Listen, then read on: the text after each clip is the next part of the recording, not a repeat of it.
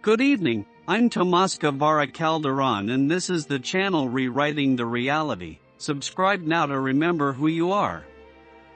In this episode number 165, I am going to question your beliefs in order to make you recognize that those beliefs are your personal truths, but they are not absolute truths.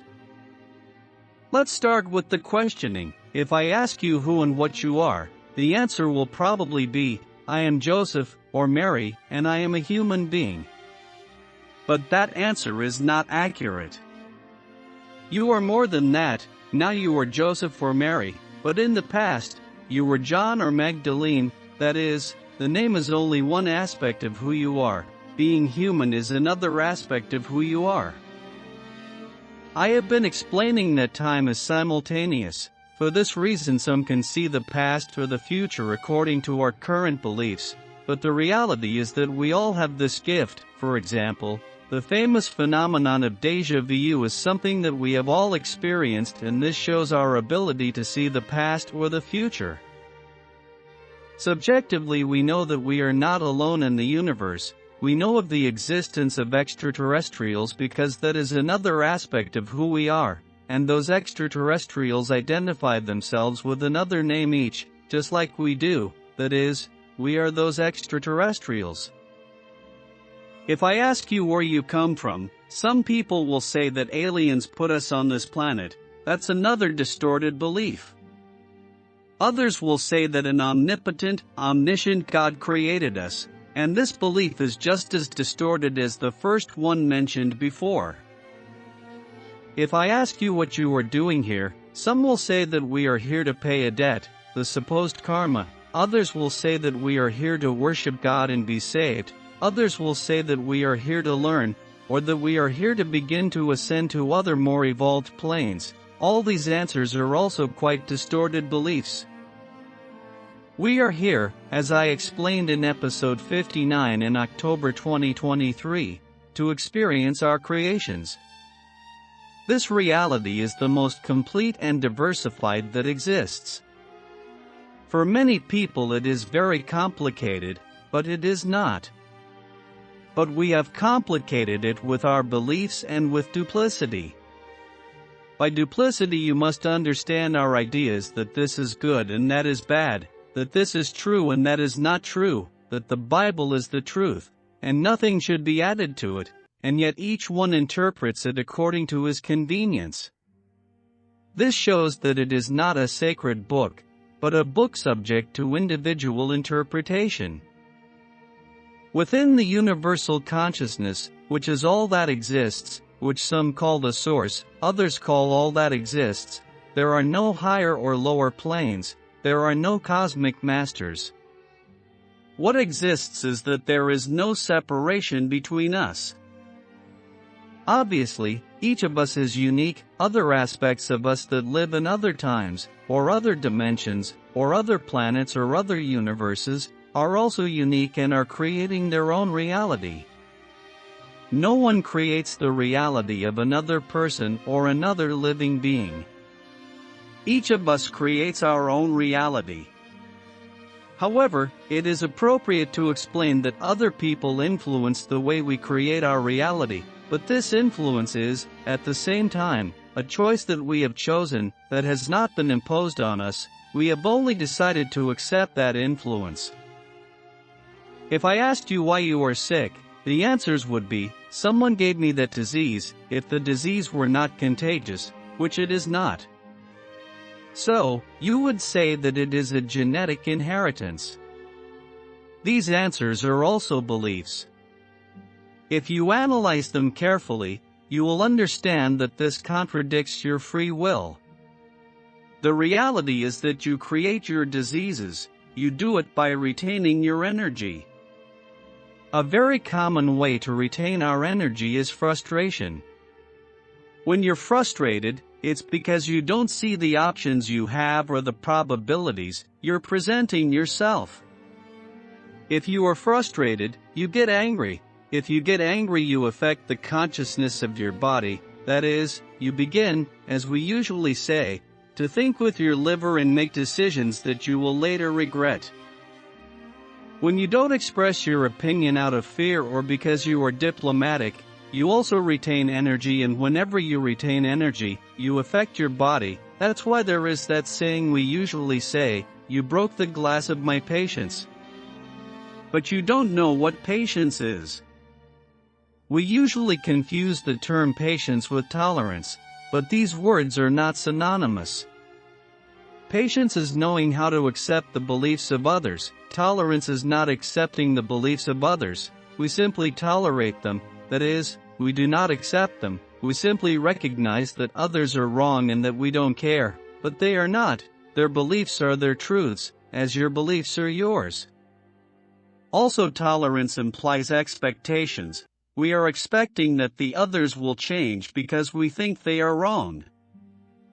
But psychology tells us that the difference between tolerance and patience lies in how we handle and respond to uncomfortable or challenging situations. Tolerance is the ability to accept and live with something that we do not necessarily like or disagree with, without becoming frustrated. It involves a conscious acceptance of differences or difficulties without trying to change them. But this is not true. Patience, on the other hand, is the ability to wait without frustration, stay calm in situations of delay or adversity, and manage stress calmly and consistently. So, while tolerance focuses on accepting a situation or person, patience focuses on how we manage time and our emotions during waiting or adversity. As you can see, even psychology does not understand the meaning of these words, which is why we are so confused. That's why this channel is called Rewriting Reality, because we must rewrite pretty much everything about our current knowledge. In the previous episode, one explained what the essential you is, that which you and all of us are. Just for the purpose of making you understand, let's say that you are your mind, because you are, but you are not your brain, nor are you the beliefs that you have, nor is it what you eat, nor is it what you think, because your thoughts are associated with your beliefs. But you're more than that. That is why I call essence what we are, because at the same time we are consciousness. Essentially, we are what you usually call soul or spirit, or mind. All these words are synonymous. But according to science, these words are different. Mind refers to the cognitive and psychological functions of the brain. Includes thinking, processes of reasoning, analysis, and decision-making. Memory, storage and retrieval of information. Perception, interpretation of sensory stimuli. Emotions, feelings and affective states. Soul. From a psychological perspective, the soul is more abstract. It is often associated with essence, the deepest and most authentic nature of a person. Spirituality, connection with something greater than oneself, such as purpose or meaning in life. Spirit is often related to vitality, energy and life force. Internal motivation, the source of the will and drive to live and grow. Spiritual connection, the transcendental dimension that seeks answers to existential questions. So, while the mind is concerned with mental and cognitive processes, the soul is associated with a person's essence and spirituality, and the spirit with vital energy and inner motivation. As you can see, all these terms need to be revised and rewritten. Some people say that they are nothing compared to Jesus or God. This, from a psychological perspective, may be that they are expressing low self-esteem, since humility is only a belief. From a psychological perspective, there are several ways to understand Jesus' claim to be the Son of God. Identity and mission. Jesus may have felt a deep connection to his mission and purpose, sincerely believing that he had a divine calling. Transpersonal psychology studies how spiritual experiences can influence a person's identity and sense of purpose. Perception and beliefs. Deeply held beliefs can shape the way a person views themselves and the world. Jesus may have had a strong conviction of his unique relationship with God, something that cognitive psychology examines in terms of how beliefs influence perception and behavior. Cultural and religious influence. In the context of this time, Jesus' claims to his identity and mission could have been influenced by the religious and cultural traditions and expectations of that time. Social and cultural psychology looks at how the environment and social norms influence individual beliefs and behaviors.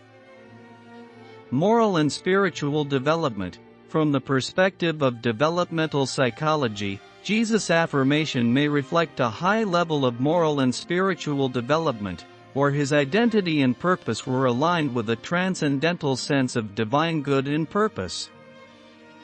It is important to note that these interpretations are only approximations from the field of psychology and are not intended to detract from the religious and spiritual aspect of Jesus' claims. Now, integrating the idea that we are gods, as Jesus said, with the belief in humility may seem contradictory at first glance, but in reality, these ideas can complement each other in profound and meaningful ways. Recognition of divinity. Jesus taught that we are all children of God and therefore bearers of a divine spark. Recognizing this divinity in ourselves is not a matter of arrogance, but of awakening to our true nature and potential. Consciousness and creation. Consciousness as action. If we see consciousness as a perpetual and creative action, understanding ourselves as co-creators with God invites us to actively participate in the creation of a reality based on love, justice, and compassion.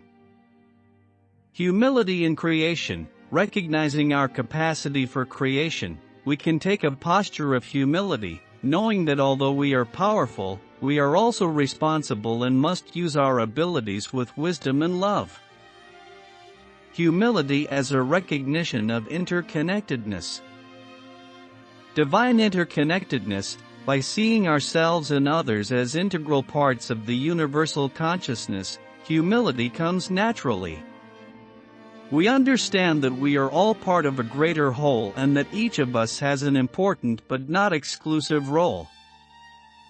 Learning and growth. By acknowledging our divinity, we also accept that we are constantly evolving and learning.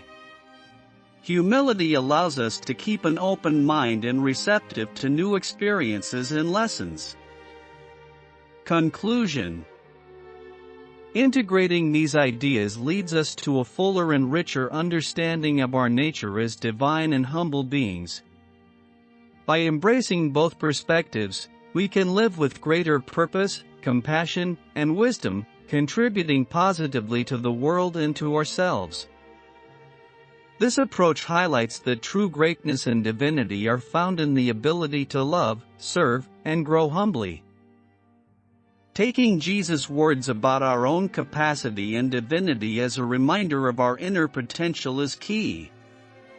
Underestimating ourselves, especially when we have examples as inspiring as Jesus saying that with faith, we could move mountains, can reflect low self-esteem.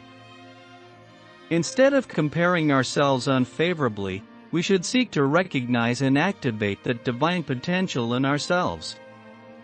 Humility does not mean that we are less, but that we understand that we have an important role in a greater whole. It's a balance between recognizing our greatness and exercising it with love and compassion. This is a powerful perspective that I will explore in my next book. Finally, don't forget to subscribe to this channel, and if you want more information, you can buy my books on Amazon.